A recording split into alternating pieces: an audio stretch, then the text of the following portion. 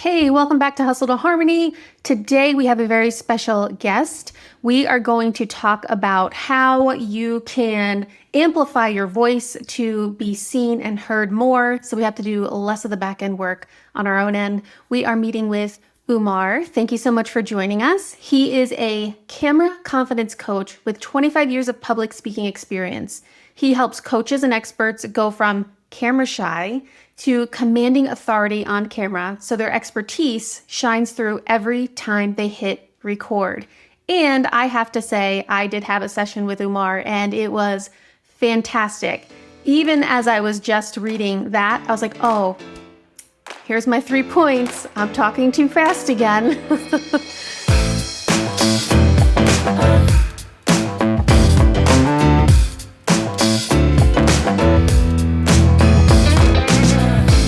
Thank you so much for coming on. I'm super excited to have this conversation.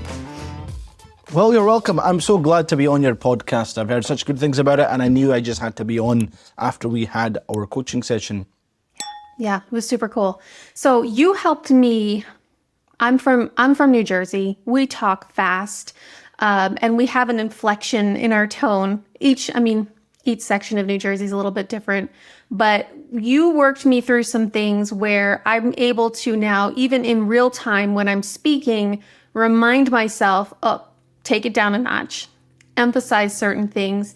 And it's really shown in when I go live, I feel more confident, not just showing myself, right? I'm not just looking at my own video, but I feel more confident as I'm speaking. And I think that's something that's super important for anyone listening to kind of take away and understand.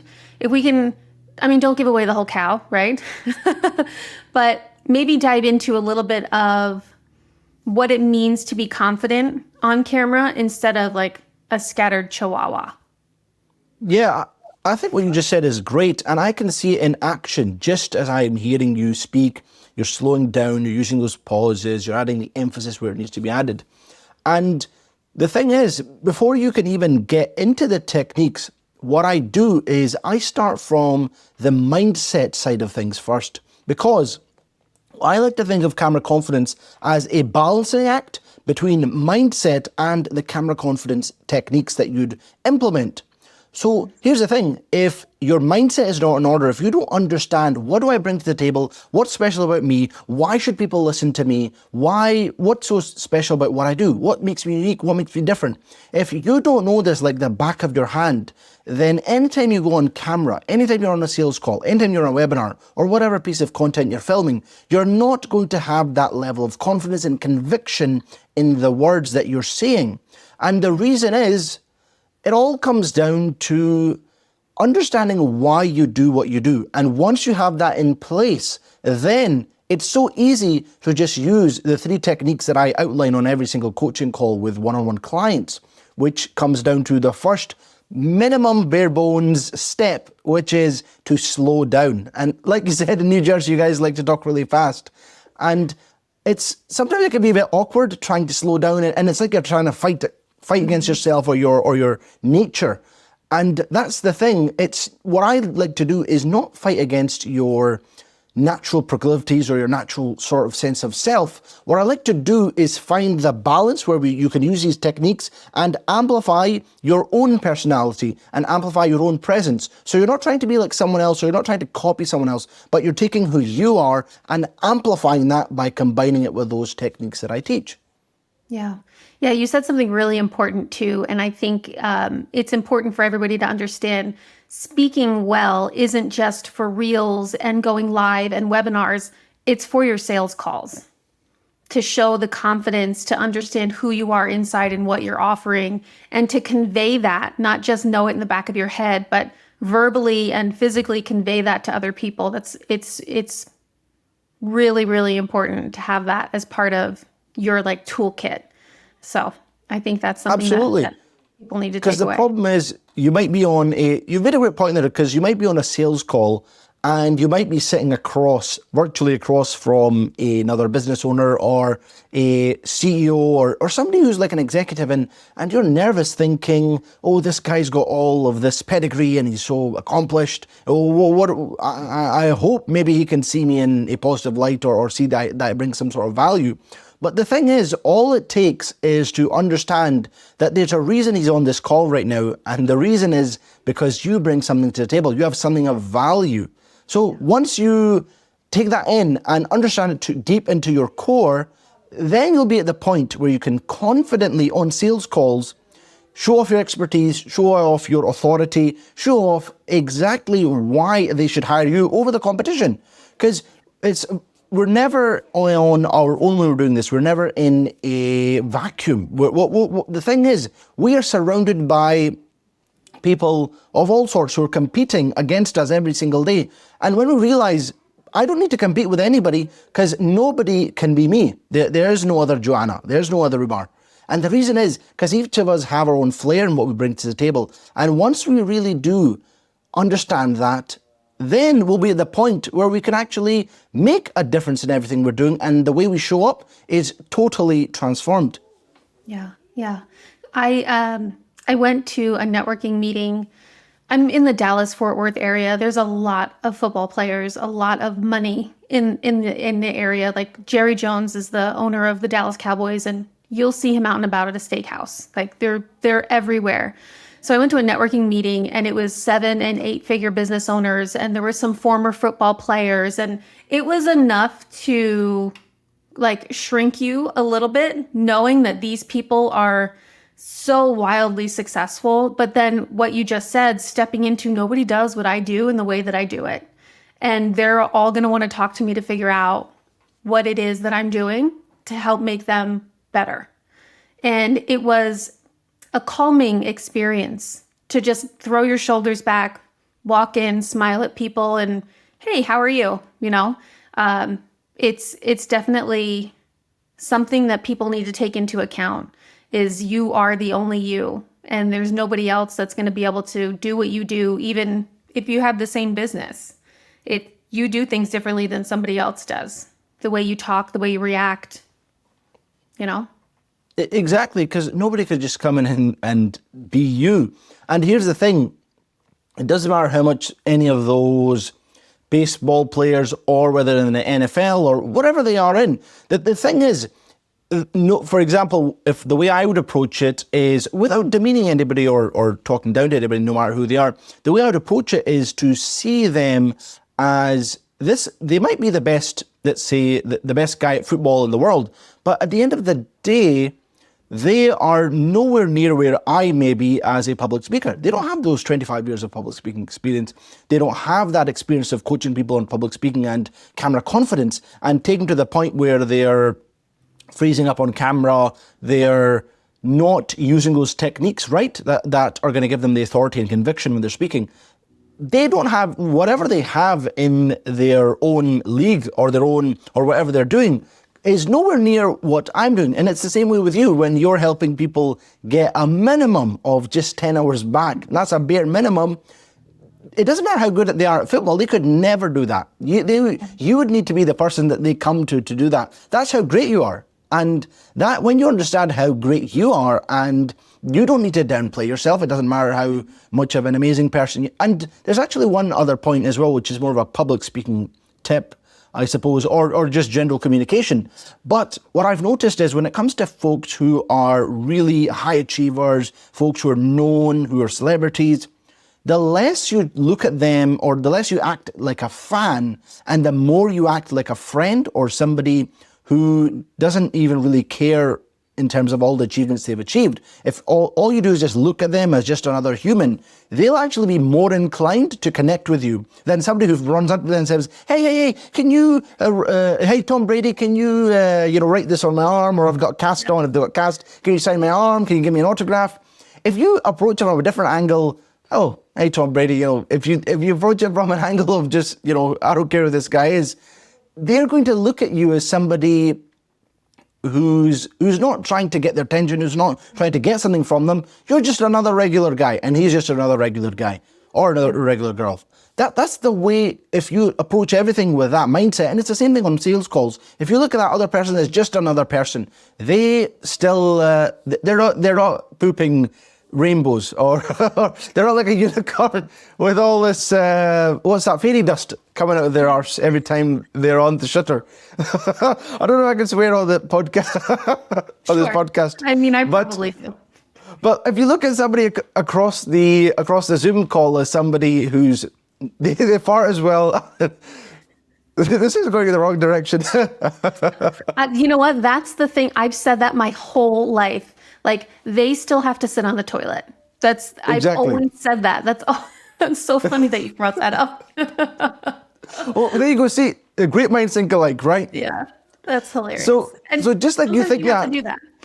You do, because when you're nervous about something and you're not sure, or you have this, it's not really a self-esteem issue, but it's where you're looking up to this person, you're pedestalizing them. Sometimes you need to bring them lower to, right down to the ground. And to do that, you need to realize this is just another human. Doesn't matter what they've achieved. They're just the same as me. We're all equal. And if you look at it from that perspective, you'll actually get to a point where they're more likely to connect with you, more likely to be on the same page as you, because you're looking at them as a colleague, as somebody who you're on the same level with. And that's the best position to approach anyone with. Yeah. Wow. So, those were amazing insights into meeting with other people to kind of calm your nervous system before you start speaking, right? Because that's a big one too. Don't go into something nervous. Like, I always call people like little chihuahuas, just constantly like kind of napping everywhere. It's like, ooh, take a deep breath, calm your nervous system, understand like we're all people. We all sit on the toilet, right? We all do the Exactly. thing. And then, speak slowly and purposefully, right? With purpose.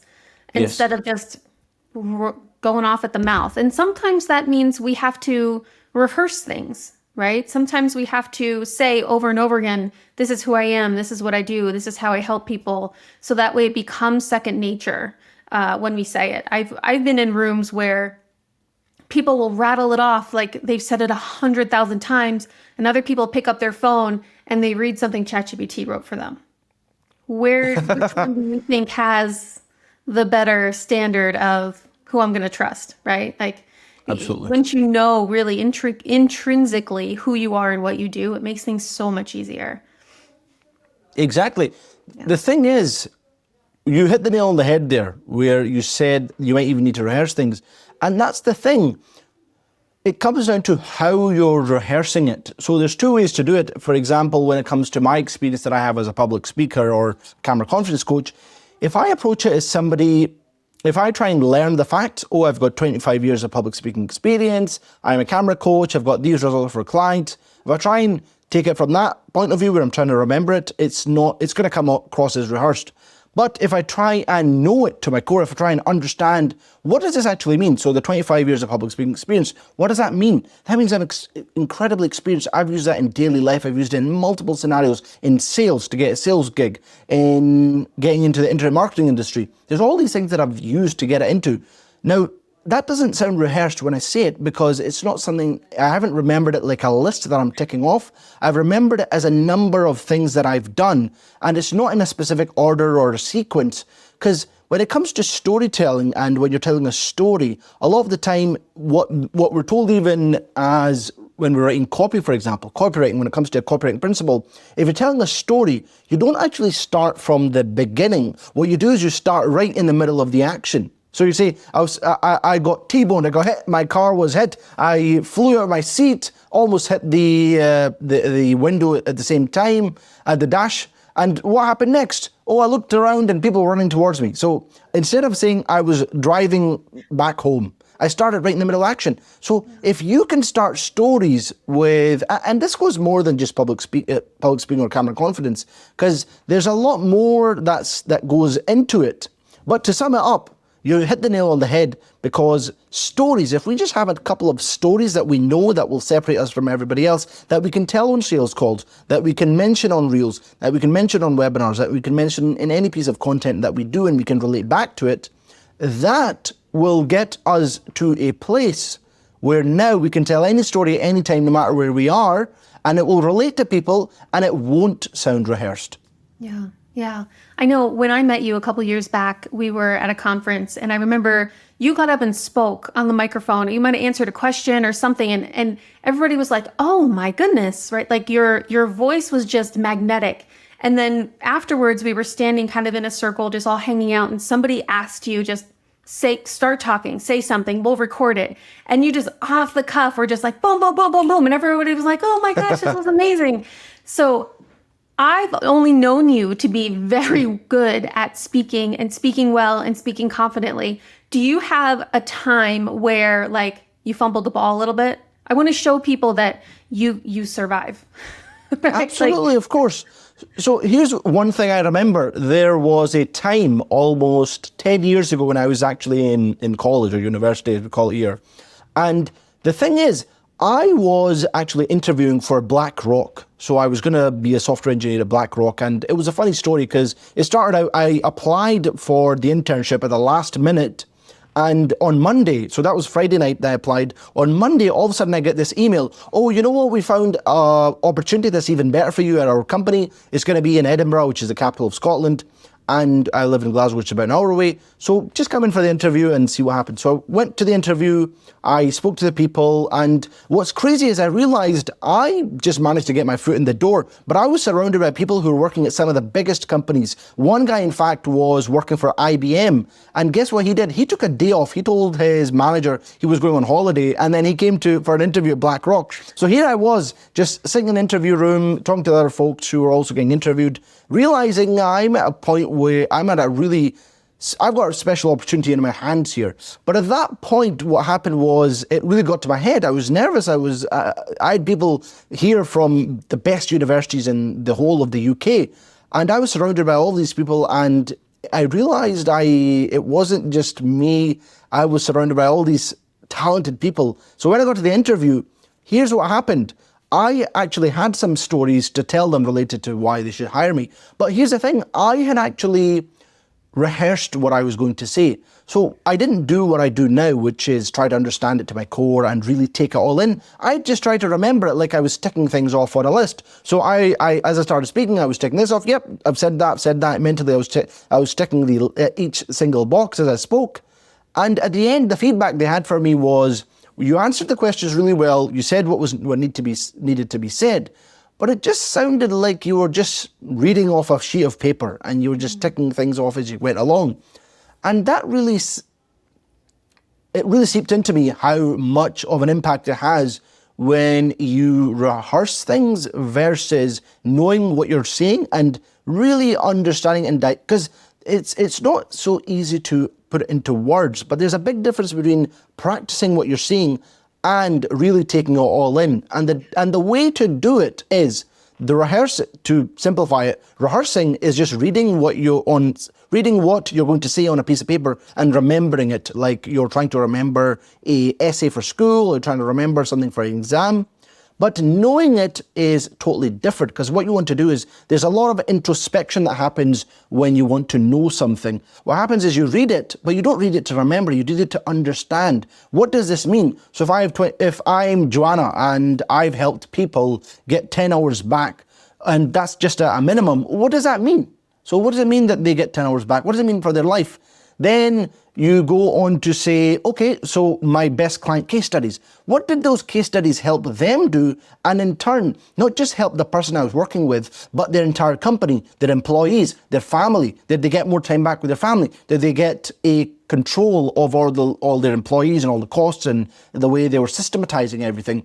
So when you dig 3 layers deeper than you actually are when you're rehearsing, then you don't need to remember anymore because you already know it, because you understand it really right in the back of your head. You really know exactly what you've done and what you're going to say. And at that point, it is really sunshine and rainbows. Yeah. It really helps you build your vision as well. Your vision and why you help the people that you help. It's a constant reminder of the things that you've done and that what you're able to do for other people, instead of just constantly sitting in a sales call hoping for the sale. You're sitting in a sales call looking at somebody going, holy shit, like I can change your life.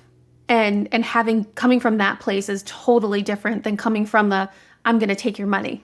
Right? Absolutely. Right? It doesn't matter. And Exactly. it doesn't matter what you do. You could sell cookies. You could put funnels together. Like there's something that you do. Somebody's buying for you because you're helping them with something, right? Like I ordered a cake from somebody. I always make all of my own cakes, but this woman had just gotten a nasty review from somebody, and it was not warranted because I've eaten her cakes, I've eaten her cookies, I've eaten her macaroons, and they are freaking delicious. So I spent the money and I ordered a cake from her, and I walked through the process to kind of help find where the holes are in her business, why somebody was so upset. And we found quite a few holes that I could fix, we can fix together. But then also, I had this beautiful cake. I didn't have to make it. My son was thrilled, and it tastes wonderful. And now I can give her also a testimonial. So it's really a full circle kind of collaborative relationship that you can form with other people, even if you're paying them, if they're paying you, like it doesn't matter. Like if you just have that collaboration in mind, like lifting others while you lift yourself, and things get so much better.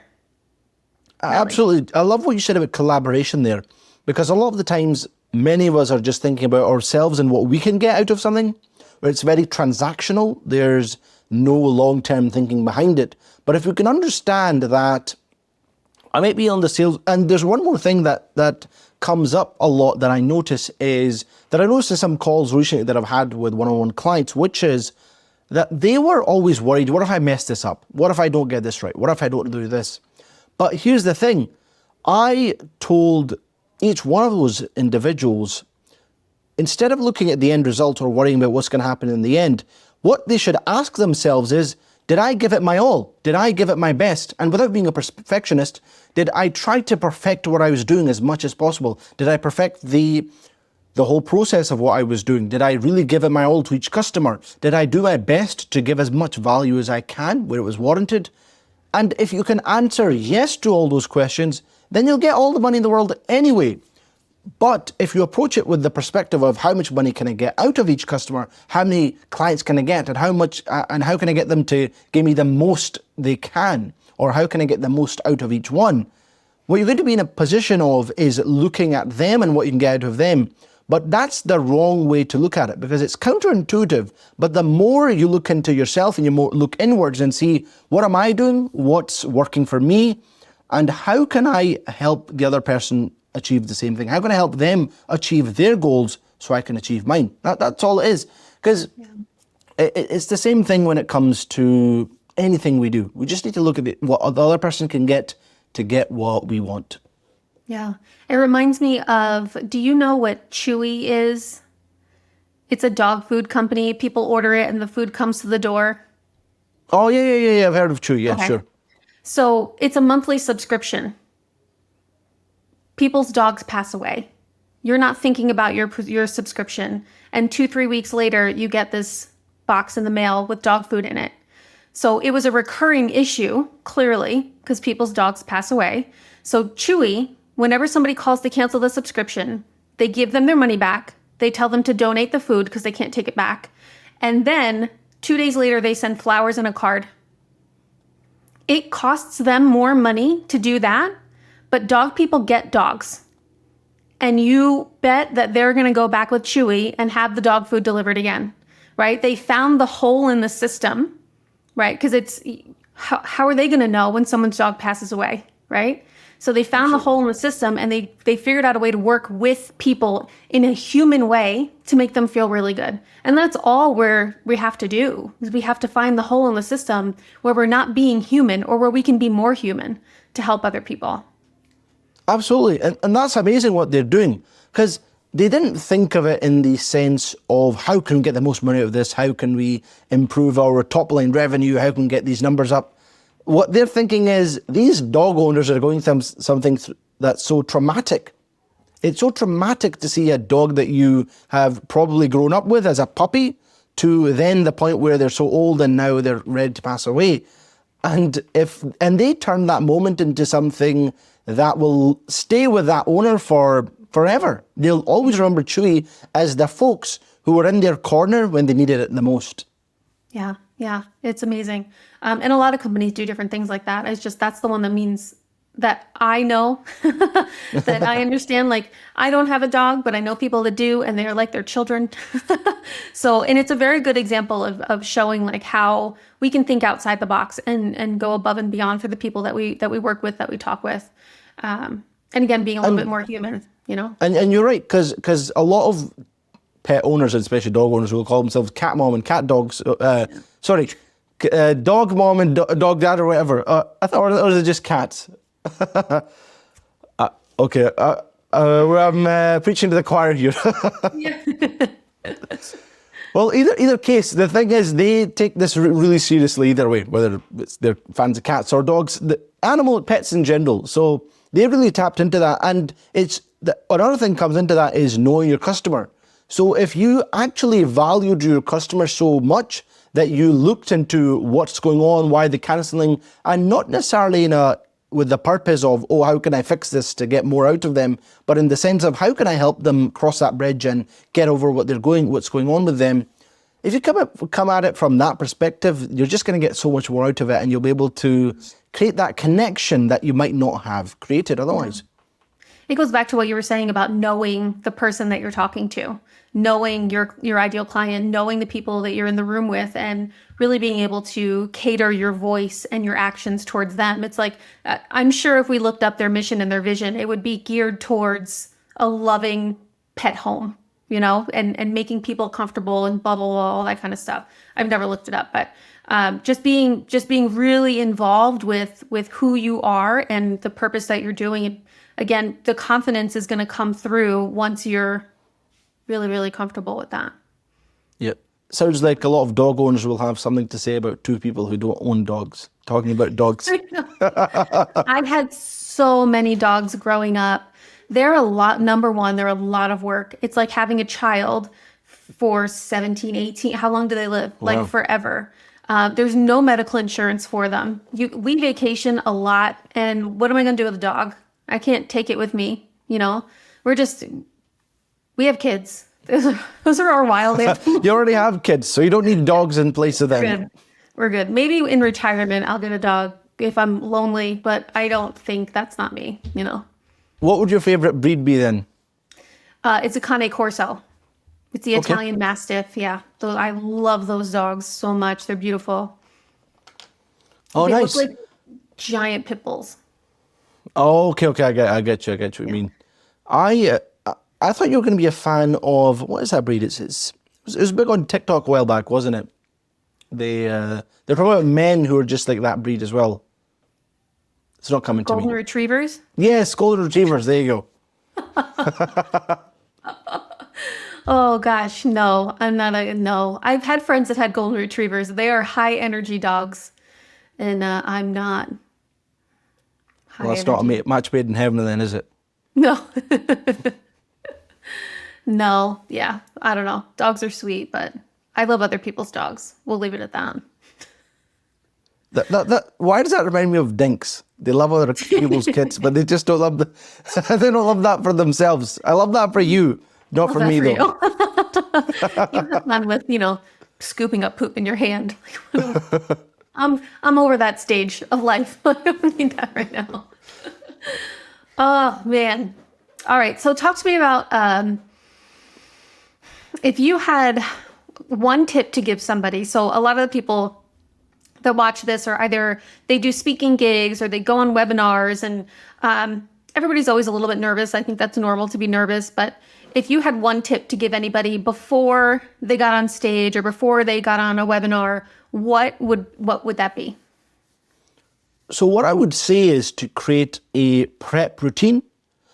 So just like you have a prep that you're doing, preparation for a speaking gig you're doing, or content you might be filming, or a webinar going on, or sales call, you can have preparation for that. But what a lot of us don't do, and what many won't do, is the preparation that goes before you get on a call, or before you have your speaking gig, or before you get on the camera. And that makes all the difference in how you're going to show up. So what do I mean by the prep routine? What that comes down to is, number one, your breathing. So a lot of us are going to be having shallow breathing, And shallow breathing just means you're not getting that deep breath you need to calm your nervous system. And the easiest way to do that, number one, is to breathe in and then breathe out through your mouth like you're breathing through a straw. And what that does is it really calms you down and gets you into a state where you're not huffing and puffing and, you've got sweat patches and whatnot when it comes to being nervous, right? That is the number one step. You need to calm yourself down and have composure. That's the first thing. The next thing is to understand why people should listen to you. And that's why what I recommend is having a doc full of your personal wins. Now, what that does is that gives you a list of things that you've done that make you proud of what you're doing. It gives you that motivation, gives you that boost to let you know that what I do is valuable. I do bring something to the table. I do bring value to the table. What is it? So you read that. So you breathe, you use your personal wins doc, and then lastly, you read out that mantra to yourself. These people today who I'm speaking to need me because, and then you add in what's different about you. So they need me because I can give them a minimum of 10 hours back each week, which is something you'd probably say, Joanna. Or I would say, because I want them never ever to have to go in front of the camera and be nervous and freeze up ever again. For somebody who, I don't know, is accountant, so they never have to pay the IRS way too much. That kind of thing. Yeah. Awesome. Oh my goodness. Or line Trump's pockets. Yes. Depending on where you sit on the political spectrum. It's like crazy out here. I don't know if there is. I think it's more than a spectrum. I think at this point. It's the Wild West. Nobody knows what's happening.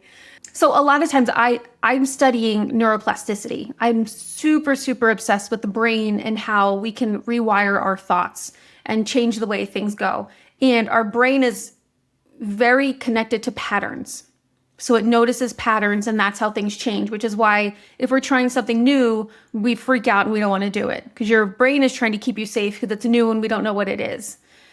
But when we start adding patterns to things, we can sink into meditation faster. We can get into focus faster. We can start realizing that things aren't scary and we can actually get it done. So what you just said about having a ritual beforehand is one of those things that triggers your brain to say, we're about to get on stage and talk. We're about to get on Zoom and talk because we've done deep breathing. We've checked over our wins list and we've, reviewed our speaking points. You do those three things before every talk enough, your brain is going to start learning this is the process, and now we're getting into talk mode. I love that. Exactly. Super cool. You hit the nail on the head there because if you can really get into that rhythm of having a ritual, and I love how you put it when you said ritual, because it's a ritual that you've created to put you in that position where whenever you're nervous, whenever you're not sure, you've got those blocks holding you back, and it's what I like to call mind junk. You've got that mind junk in your mind seeping in and having all those negative thoughts that are holding you back, and they're not serving you at all. So if you can use that ritual to just wipe away and start with a clean slate, and with all the positive beliefs that you need to over-deliver and show up with conviction and confidence, then no one's going to be in your way. Yeah, that's amazing. I love how it all just comes full circle, Absolutely. Perfect. It's perfect. Okay, so talk to us about what you have going on and where people can find you, and this is like your plug time. Plug away. Sure. Well, first of all, right now I'm super active on Facebook, so they can find me on Facebook. I'll give you the link so you can probably add it as like a banner or something. Yeah, we'll drop off everything. And that's mainly where I am on Facebook. I've started a venture into TikTok and possibly doing lives on there. Because what I've heard is that TikTok is huge right now for lives, and that's something I'm looking into. But what I would say is most importantly is I recently put together a free guide, and that actually is a very basic ritual that you can use. And it's a very simplistic ritual, which is very easy to follow, only takes 5 to 10 minutes. And it's something you can use before any sales call, anytime you're going on stage, anytime you're about to film content. Basically, anytime you're about to do any sort of speaking, that is the document you can use. You can refer to, you fill it out with all your personal stuff. And that will get you to a point where you're now confident. And just like you said, your mind is then rewiring. So what happens now is your mind no longer connects being anxious to speaking, and it now connects being confident to speaking. Awesome. We're going to drop all the links down below. Reach out to him because he's super cool and he will respond to your messages. So just say hi.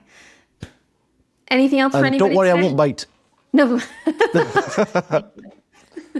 Don't bite anybody. No. I won't poke you either. Yeah. Oh gosh. Remember that? That reminded me of when people used to poke each other back on Facebook.